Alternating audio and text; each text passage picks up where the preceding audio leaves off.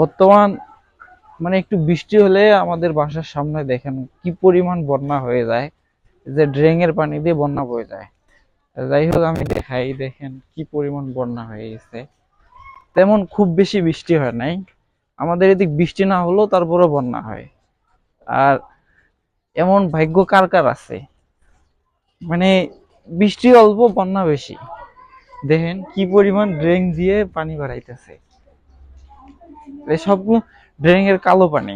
তা যাই হোক, এর উপর দিয়ে ভিজে ভিজে যাইতেছি, সমস্যা নাই। হুম, এই যে পানি বাড়াইতেছে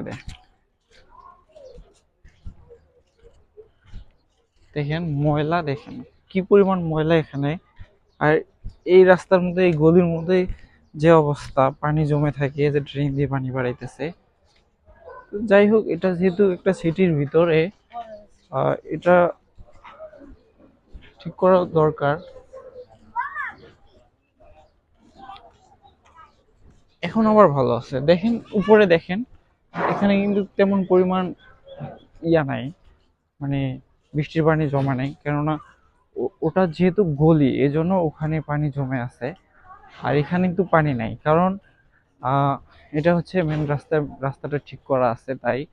আর ওখানে মানে একদম ড্রেনের পানি দিয়ে একদম ভিতরে চলে যায়, এজন্য এই অবস্থাটা হয়।